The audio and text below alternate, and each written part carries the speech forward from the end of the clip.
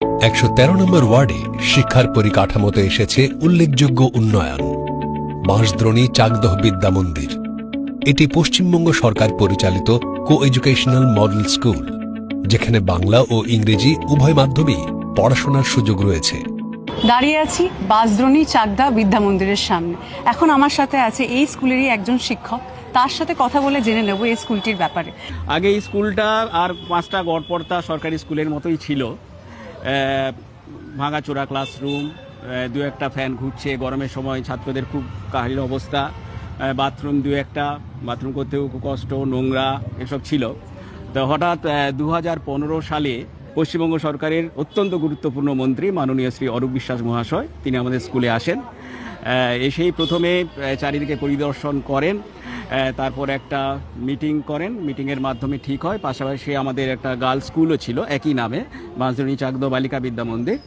আগে প্রথমে বালক এবং বালিকা এই দুটো বিদ্যালয়কে এক করে দেবেন, অ্যামালগামেট করবেন। এই সবার বাবা মায়ের ইচ্ছে থাকে যে আমার সন্তান একটা ভালো ইংরেজি মাধ্যম স্কুলে পড়ুক, অবশ্যই তাই। কিন্তু বেসরকারি স্কুলে পড়ার মধ্যে সেই আর্থিক ক্ষমতা তাদের থাকে না। তিনি সেই সুযোগ করে দিলেন। আমাদের এখন একসাথে বাংলা মাধ্যমের সাথে সাথে ইংরেজি মাধ্যমে পড়াশোনা চলছে। এত বড় মাঠ এবং এত বড় একটা পুকুর জেলা, মানে এই এলাকার আমার মনে হয় না কোনো স্কুলে আছে। সেই দুটো জিনিস নিয়ে আমরা খুব গর্বিত। ওটা কিন্তু অরূপ স্যারেরই হাতে করা। ছাত্রছাত্রীদের সুবিধার জন্য একটা 5তলা টয়লেট ব্লক করেছেন, শুধুমাত্র টয়লেট ছাত্রছাত্রীদের জন্য। খুবই ইম্পর্টেন্ট, খুবই ইম্পর্টেন্ট। মানে আগে যেখানে আমাদের 300-400-তে নেমে এসেছিল টোটাল নাম্বার অফ স্টুডেন্ট, সেখানে এখন প্রায় 1200 স্টুডেন্ট। উনি শিক্ষার্থীদের জন্য একটা আধুনিক এবং উন্নত পরিবেশ আমাদেরকে দিয়েছেন। সেই পরিবেশের জন্যই আশেপাশের অঞ্চল থেকে অনেক শিক্ষার্থী এসে আমাদের স্কুলে ভর্তি হয়েছে। এবং আগামী দিনে আশা করব যে আমাদের স্কুলের রেজাল্ট দিয়ে উনি আমাদের কাছে যেটা এক্সপেক্ট করেন, যে রেজাল্ট হলে ওনার একটা বলার মতো জায়গা, সেই জায়গা ওনাকে আমরা দিতে পারব। পাশাপাশি রয়েছে মিড ডে মিলের ব্যবস্থা, যার জন্য তৈরি করা হয়েছে আলাদা ডাইনিং হল।